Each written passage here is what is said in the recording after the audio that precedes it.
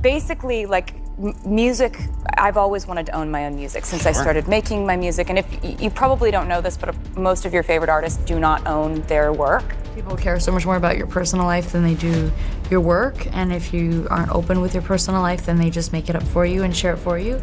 Did you ever think you'd see the day when Taylor Swift, the queen of squad goals and unwavering loyalty, might actually betray one of her famous friends? For years, Blake Lively and Taylor Swift were friendship goals. Red carpets, supportive social media posts, the kind of bond that seemed unbreakable in the fickle world of Hollywood. But behind the smiles and public declarations, a storm was brewing, and it's a storm that reportedly has Taylor Swift at the very center. Not as a supportive confidant, but as someone dropping receipts that could shatter Blake Lively's carefully constructed narrative. Forget everything you thought you knew about celebrity friendships, because this story is about to take a seriously unexpected twist. And being frank, if it were not for women giving me direct feedback in my own personal life and being a man who was willing to at least listen to them, there's no chance that I would be having this conversation. So the message, to answer your question, the message is very simple. As men, we need to embrace all of the parts of us that make us human. That's it. It's very simple. For years, Taylor and Blake painted a picture of idyllic camaraderie. They were always there for each other, at premieres, parties, showering each other with praise online. Fans ate it up. Friendship goals, they'd comment, seeing in Taylor and Blake a rare, genuine connection in the often superficial world of fame. Their shared humor and public affection made them seem like the ultimate Hollywood power duo. But remember, in Hollywood, appearances can be deceiving. Beneath the surface of those perfectly curated Instagram posts, a different reality was starting to emerge, one that would challenge everything the public thought they knew about this seemingly rock-solid bond. She said, just read it, because I was looking for movies that could be commercial and speak to the human experience. And Were you reading romance novels? And I had never read a romance novel. Never? And she said, just trust me, read it. So I read it, and by the end of the book, I couldn't even read the text on the page because I was crying so much. My wife was in bed next to me, and she's, got snot coming out of my nose. The cracks began to show with the adaptation of the popular novel, It Ends With Us. Initially, it seemed like a perfect project. Justin Baldoni, known for his heartfelt storytelling, was directing and co-writing.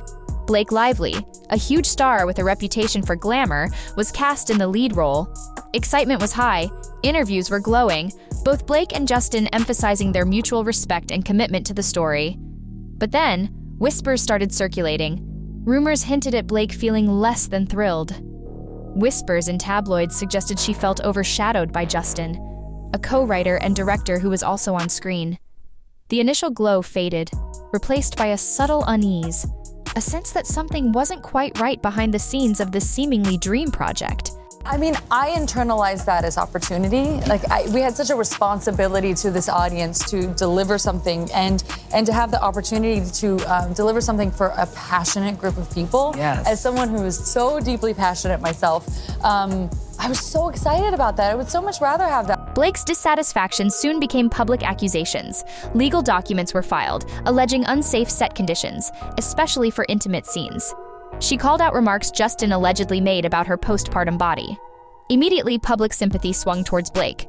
Many were quick to believe her side of the story. In Hollywood, it's a familiar narrative. Female stars facing intrusive scrutiny and power imbalances. Justin, as the director, writer, and star, seemed to hold all the cards. It looked like another classic case of a woman in Hollywood fighting for her voice, facing down a powerful male figure. The narrative was set, and it seemed firmly in Blake's favor. But then, the tables dramatically turned.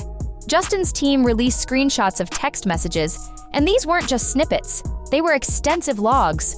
Suddenly, the picture shifted. The text painted Blake as the assertive one, leveraging her star power, name-dropping Ryan Reynolds and other A-listers. She seemed to be pushing for more control over the film's direction, marketing, even the final edit. The messages suggested she was the one applying pressure, hinting at using her connections to shape the narrative if her vision wasn't honored.